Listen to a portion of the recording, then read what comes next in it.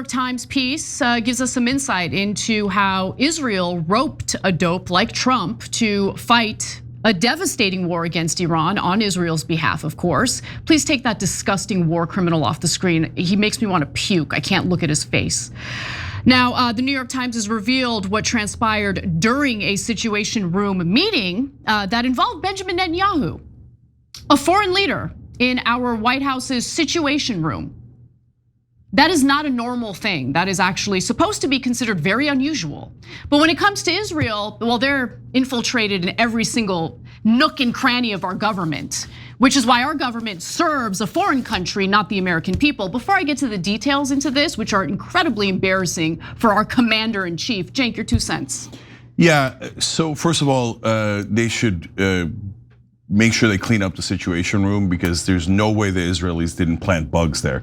The minute you allow them into any room, and former CIA agents have said this, they plant bugs. Because they're not our allies. They've stolen all of our secrets. They've taken 300 billion from us, and they drove us into this war, as you're gonna see in this exact story. But as you're going through the story, I want you to think about 2 things, okay? Number 1 is, who leaked this to the New York Times, and what was their purpose?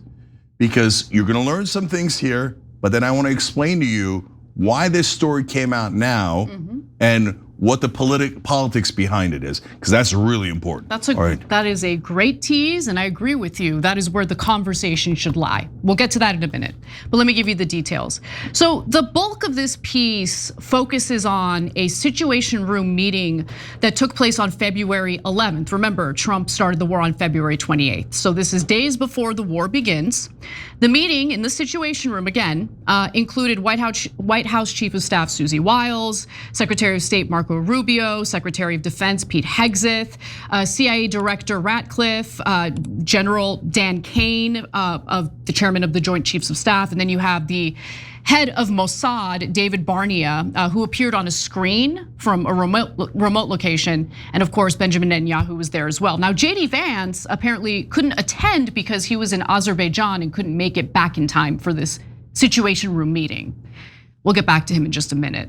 Now, Netanyahu apparently gave some sort of presentation to convince Trump to go to war with Iran and bring an end to the Islamic regime. And here's how useful Israeli intelligence really is. You know how Israel always talks about, no, we are an incredibly important ally. We provide intel to the United States. What kind of intel do they provide to the United States? Is it the kind of intel that got us to invade Iraq in 2003? That kind of intel?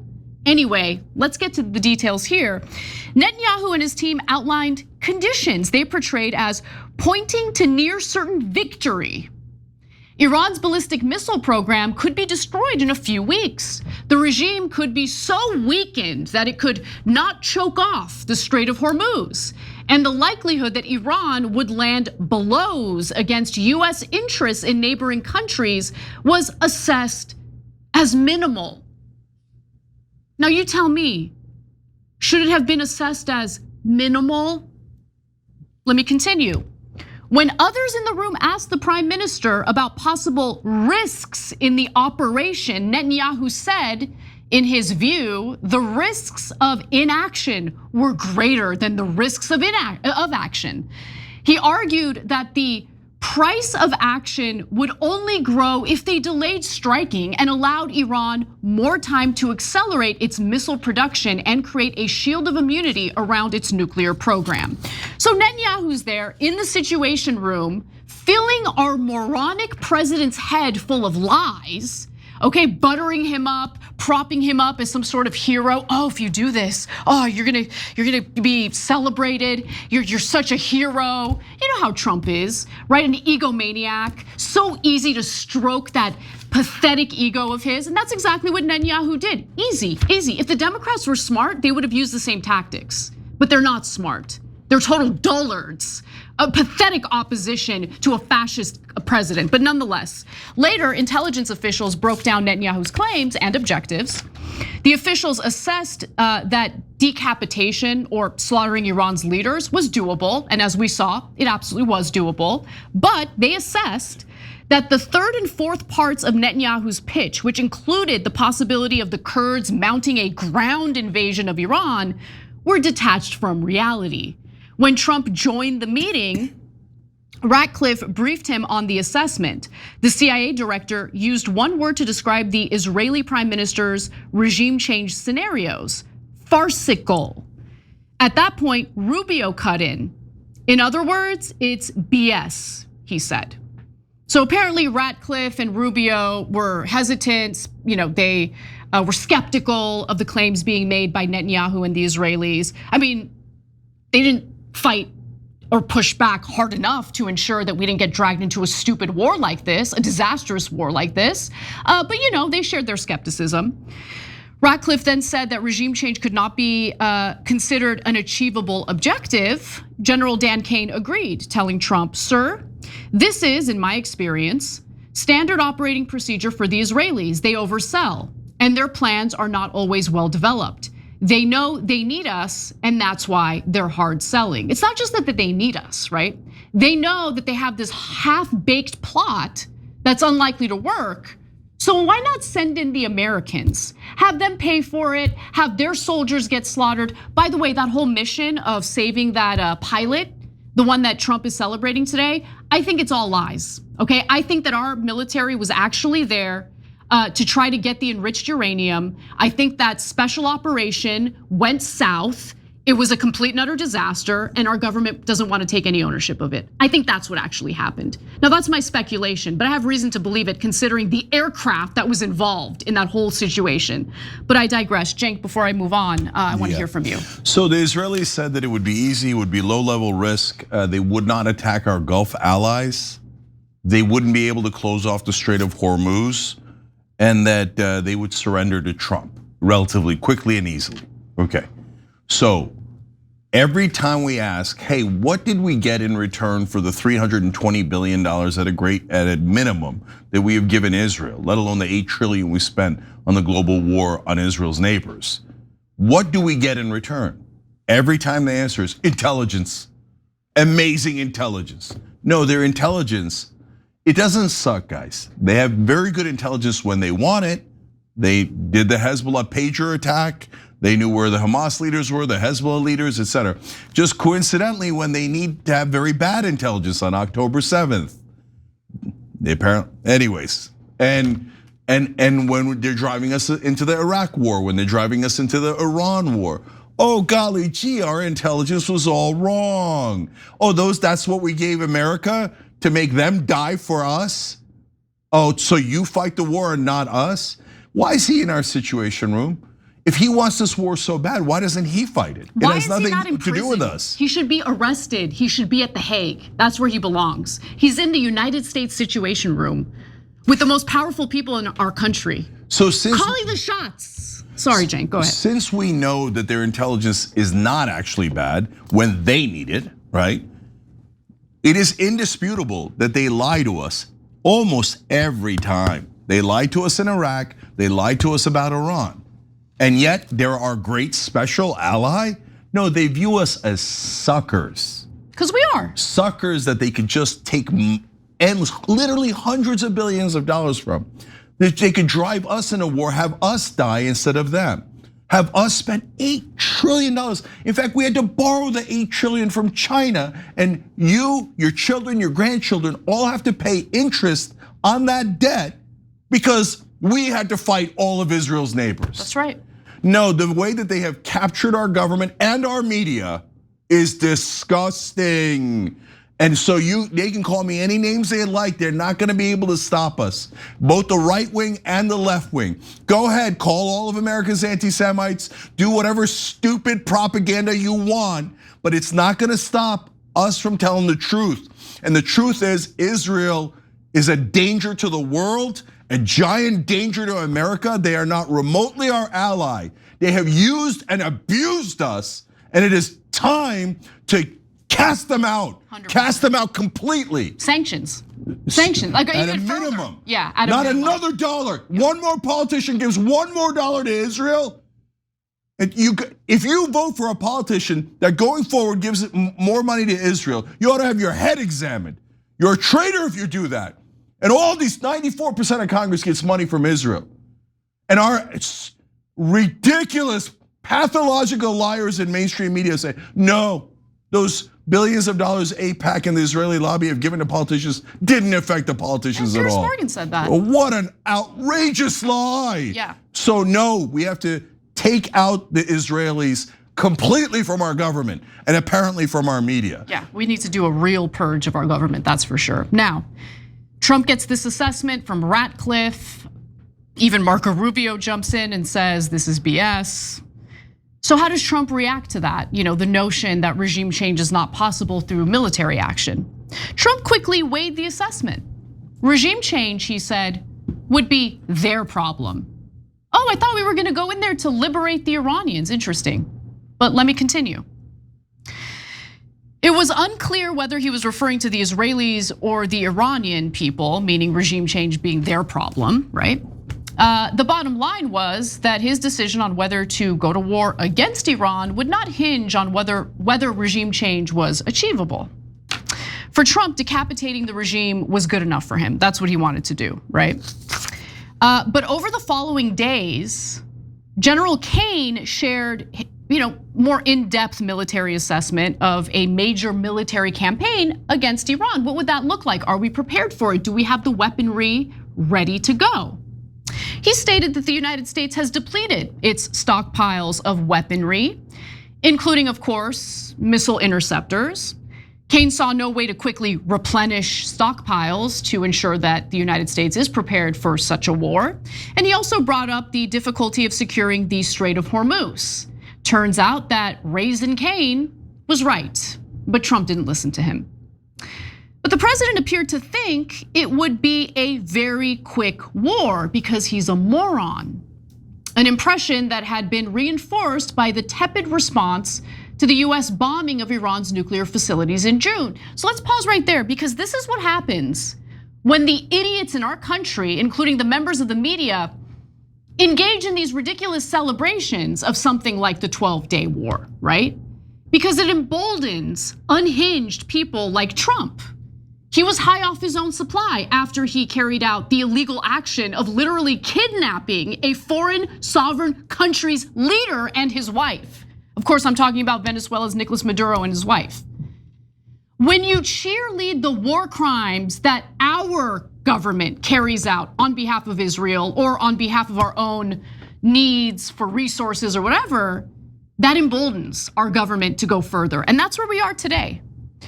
Now, I want to get to another part of this because the piece is a lot more nuanced in regard to Kane's advice to Trump. And then I want to get to JD Vance. The JD Vance part is really important.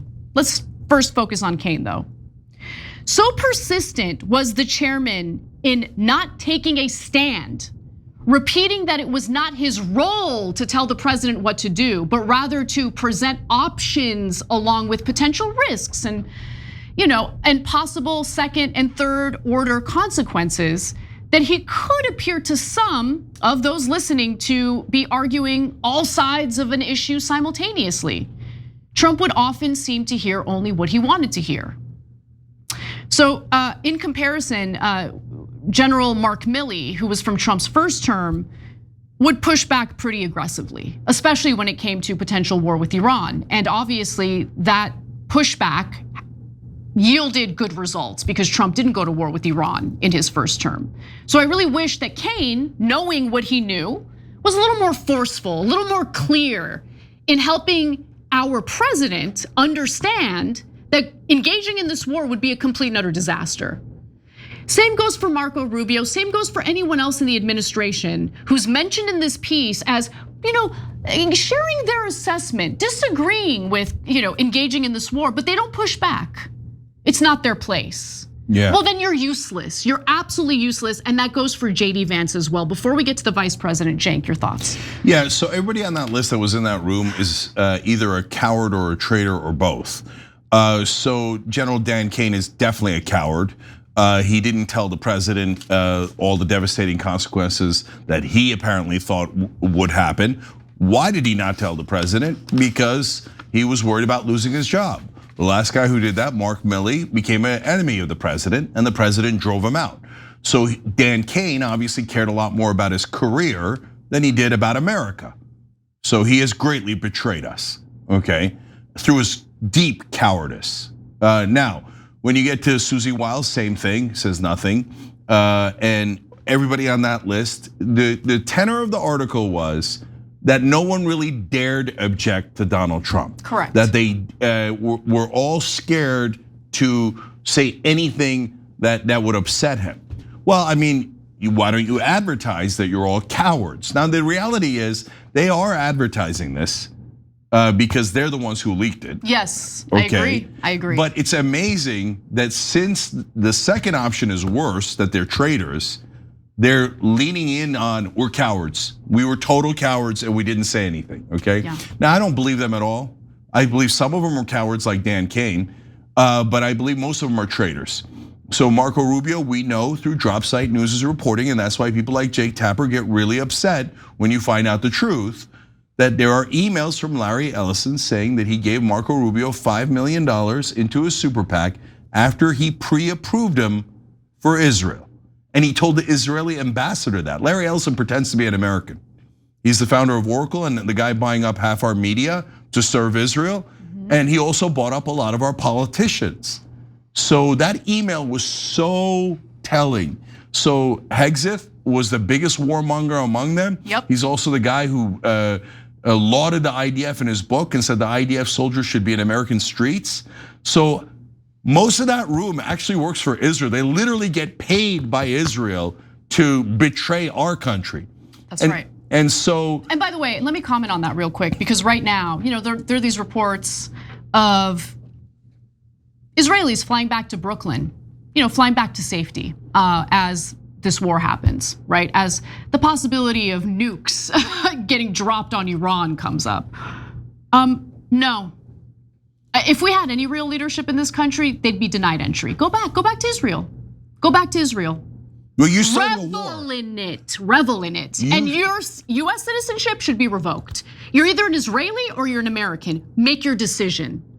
But you don't get to suck the life out of our country on behalf of the country you actually love living in and care about, and then come back to safety when it's convenient for you. Go back to Israel. All right, now let's get to JD Vance, okay? Because I'm getting very tired of this laundering of this guy's reputation, as if he's not a warmonger. Okay, because he is a warmonger. So let's get to the details. So this piece spends a lot of time attempting to paint JD Vance as an opponent of war. So I'll give you one excerpt to give you an example. Nobody in Trump's inner circle was more worried about the prospect of war with Iran or did more to try to stop it than the vice president. Really? Total lie. What did he do to try to stop it? Nothing. He didn't do anything. The piece doesn't give us a single example of JD Vance trying to stop the war. Not one. So why is the New York Times just regurgitating that? Clearly this was leaked to the New York Times by members of the Trump administration. Of course. Clearly by JD Vance, who's gonna run in 2028 and doesn't want the stank of this war following him. Oh, it's gonna follow you, homeboy. I'll make sure of it. You're a warmonger just like the rest of them. So they even knew where each participant was sitting. They went through a lot of detail to explain they're sitting in this seat and next to them is the other person, etc. So there's no question that the leaker is inside the situation room. By the way, when Chelsea Manning or Edward Snowden or Julian Assange does a leak, they have to be chased to the ends of the earth and they're wanted criminals and Mike Pompeo talks about murdering them. When the vice president does a leak, totally fine. From inside the situation room, talking about the most sensitive intelligence and information we have. So why did Vance, and my guess is the other guy who did the leak was Rubio. Why did they do this leak? Because they want to paint it as we were not totally in favor of this. When we run later, we were the good guys. No. So Rubio is quoted as saying that the Israeli intelligence was BS. My ass, he said that.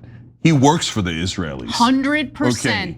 So I'm positive that he pushed Trump into this war. Everything he has said, both visibly, publicly, and things that are reported behind the scenes, is Rubio totally backs Israel. So now JD Vance, I was very curious what the New York Times was gonna do with this because it was their own reporting that showed earlier when the war first started that JD Vance was the guy who was critical in convincing Trump to, quote, go big and fast. Yep. to not do limited strikes. So how did the New York Times handle it in this case? Because now they're pretending that he was against the war. In one sentence. I have it. You I have it? The excerpt, okay. Yes. So they write this, get a load of this. This is amazing, okay. The vice president thought a regime change war with Iran could be a disaster. His preference was for no strikes at all. Later, when it seemed certain that the president was set on a large-scale campaign, Vance argued that he should do so with overwhelming force in the hope of achieving his objectives quickly. So in other words, be as vicious as possible so we can wrap this up quickly. Okay, yeah. And let me just remind you of what JD Vance had to say after Trump put out a Truth Social post this morning threatening to end Iran's civilization, thus slaughtering 92 million people. Let's take a look at what he did. Did he condemn it publicly? No, he gave a speech where he basically repeated what Trump had to say. We feel confident that we can get a response, whether it's positive or negative. We're going to get a response from the Iranians by 8 o'clock tonight. I hope they make the right response, because what we really want is we want a world where oil and gas is flowing freely, where people can afford to heat their homes and cool their homes, where people can afford to transport themselves to work. That's not going to happen if the Iranians are engaged in acts of economic terrorism. So they've got to know we've got tools in our toolkit that we so far haven't decided to use. The President of the United States can decide to use them, and he will decide to use them if the Iranians don't change their course of conduct. What tools are you referring to, Vice President Pence? What kind of tools are you referring to? Oh, that's the dove? That's the peacemaker? That's the anti-war guy who's threatening what, nukes? Is that what you're threatening here? You're doubling down on the president's message? Don't be fooled into thinking that scumbag is a peace-loving individual, okay? And let's say we give him the benefit of the doubt. We, actually read this, we take it at face value and fool ourselves into thinking that he's a dove. He's in the Trump administration right now. He's not pushing back. He's going along with it. That makes you a war criminal, just like Trump. Yeah, he's saying that unconventional weapons that are in our toolkit, it seems almost a clear reference to nukes. I'm pretty sure doves don't talk about nuking 90 million people. So he had an opportunity to argue for limited strikes. We know from the earlier New York Times reporting, partly corroborated by the statement Anna just read to you guys, that he did not argue for limited strikes. He argued for go big and fast. Yes. Okay, so full-scale invasion. So this is a CYA operation, this leak by Vance, to cover his ass and to pretend he was against the war when he was totally in favor of the war. And by the way, you don't say, oh, after Trump made the decision, then he told him to go big and fast. Really, did you say no? Did you stand up and say, no, Mr. President, I don't think this is a good idea? That's not, even in your own stupid leak, you didn't have the temerity to say that, because you never said it. And everybody in the room knows you never said it. You were not against this war. And just like everyone else in this administration, you serve Israel and the donors. You were created by the donors. This guy was a hobo. He was a no one until Peter Thiel gave him $10 million. Peter Thiel, who by the way, owns, among the people who own Palantir and the surveillance state. And that's what's coming next. Yes. If you object to the war, oh, it's wartime president, we're gonna have to soon start rounding up opponents of the war. One last thing, guys. Why did this story come out now? The reason it came out now is because Vance and Rubio know that the crap is about to hit the fan. Before it hits the fan and things go really, really south, they wanted it on the record. Oh no, we leaked to our friend Maggie Haberman that we were the good guys against this war. Why are you saying you're against the war if the war is going so great? If you think and know that the war is about to be won and they're about to surrender to Donald Trump, why are you leaking to the New York Times that you were always against it? Because they are absolutely positive we're about to get into the biggest disaster you've ever seen. That's why this story exists now. Every time you ring the bell below, an angel gets his wings. Totally not true, but it does keep you updated on our live shows.